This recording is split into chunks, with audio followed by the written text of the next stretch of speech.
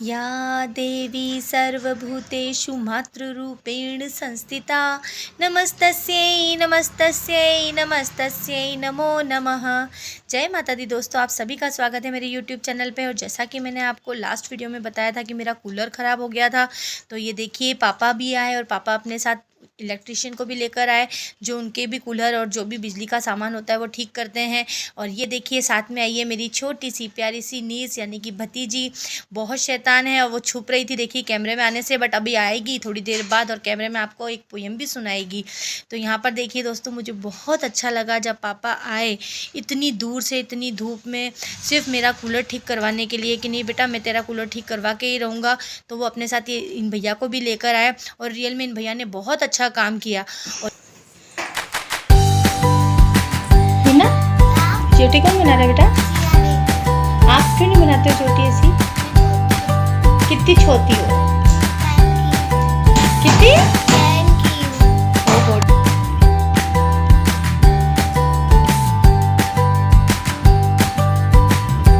तो यहाँ पर मैं अपनी भतीजी हिना के साथ थोड़ी मस्ती करने लगी और मैंने कहा बेटा चलो कैमरे में एक अच्छी सी पोयम सुनाइए सबको।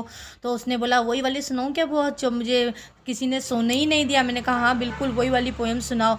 तो यहाँ पर वो है ना पहले प्रैक्टिस कर रही थी, फिर मैंने कहा कि फटाफट से आप पोयम सुनाओगी और देखते हैं कितने लाइक्स आते हैं, कितने लोग आपकी पोयम को पसंद करते हैं। मैं तो सो रही थी, मुझे कोयल ने बुलाया, बोली कू कू कू। मैं तो सो रही थी, मैं तो सो रही थी, मुझे बंदर ने बुलाया, बोला खी खी खी। मैं तो सो रही थी, मुझे मम्मी ने जगाया, बोली उठ उठ उठ। मैं तो सो रही थी, मुझे चिड़िया ने जगाया, मुझे बंदर ने जगाया, मुझे गाय ने जगाया, मुझे मम्मी ने जगाया, सबने जगाया, किसी ने सोने ही नहीं दिया। ओहो, ये तो बुआ पे गई है, सोना बहुत जरूरी है।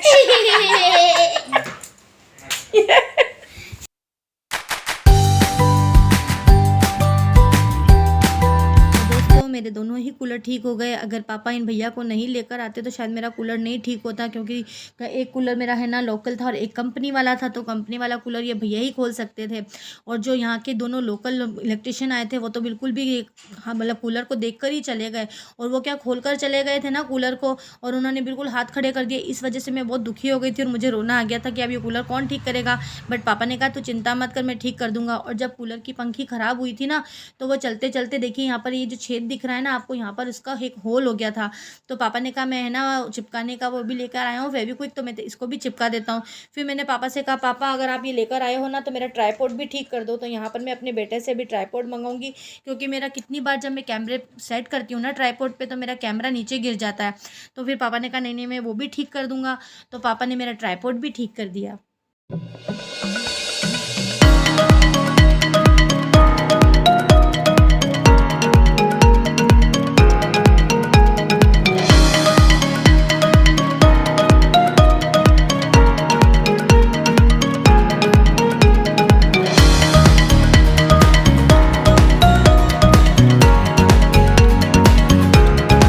तो दोस्तों आपसे एक बात कहना चाहूँगी कि मेरे पापा बहुत स्ट्रिक्ट रहे हैं, चाहे है ना जॉब पे हो चाहे घर पे हो। और हम तीनों भाई बहन तो बहुत डरते थे पापा से।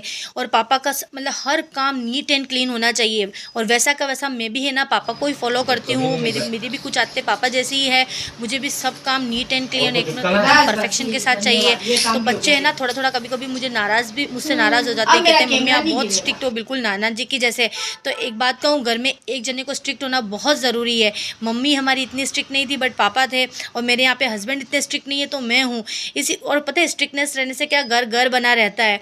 और तो दोस्तों जब पापा घर पहुँच गए तो मुझे कॉल करके पता है क्या कहते हैं कि बेटा अब मुझे सुकून मिला कि तेरा कूलर ठीक हो गया, क्योंकि कूलर की हवा तू खाएगी ठंडी और महसूस मुझे होगी। तो ये होता है माँ बाप का दिल। बच्चों को दुखी देखकर माँ बाप भी दुखी होते हैं। इसलिए पता है बहुत सारी बातें तो मैं पापा को बताती भी नहीं हूँ, कि मुझे पता है पापा परेशान हो जाएंगे।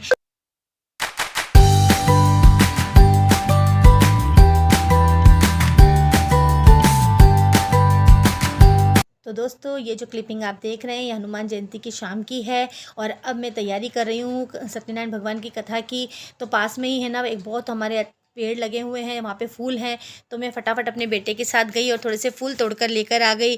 और मैं आप सत्यनारायण भगवान की कथा करूँगी, क्योंकि सुबह मॉर्निंग में मैं नहीं कर पाई थी। वैसे ज़्यादातर मैं मॉर्निंग में ही करती हूँ, बट मॉर्निंग में आज इतना टाइम नहीं था, मेरे हस्बैंड को भी होटल जल्दी जाना था। तो मैं फटाफट सुबह बस मंदिर जाकर और भोग लगाकर आ गई थी रोट का।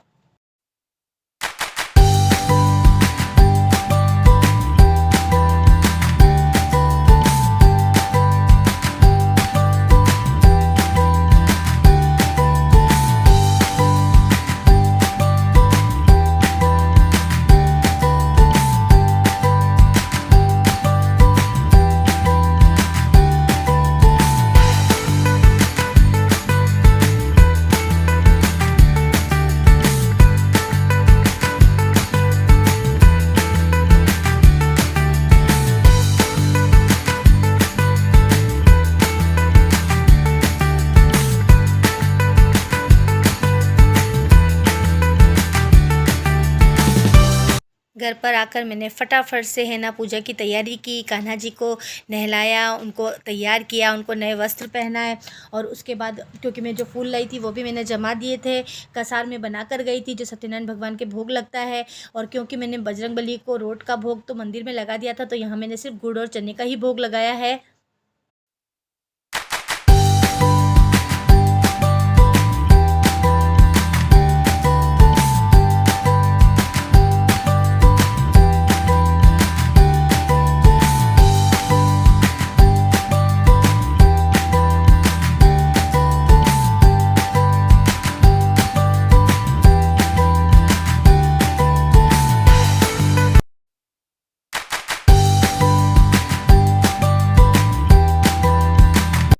पूजा हो गई थी, हस्बैंड भी होटल से आ गए थे।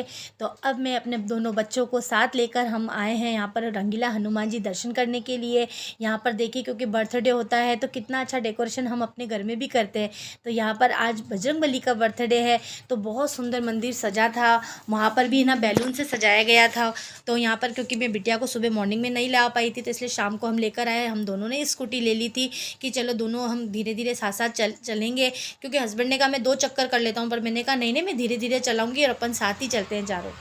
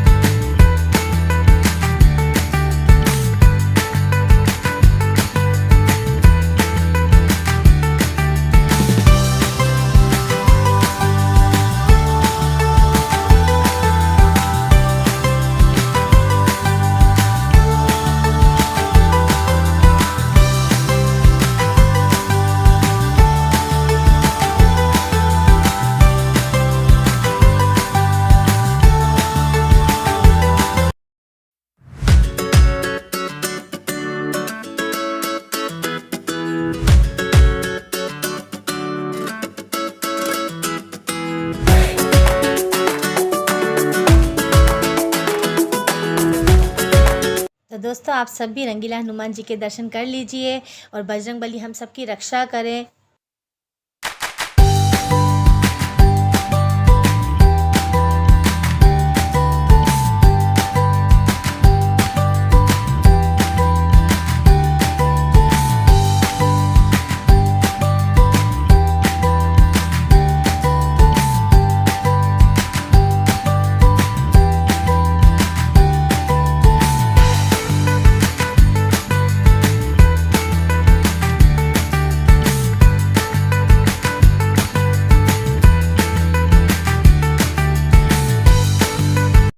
जय श्री हनुमान।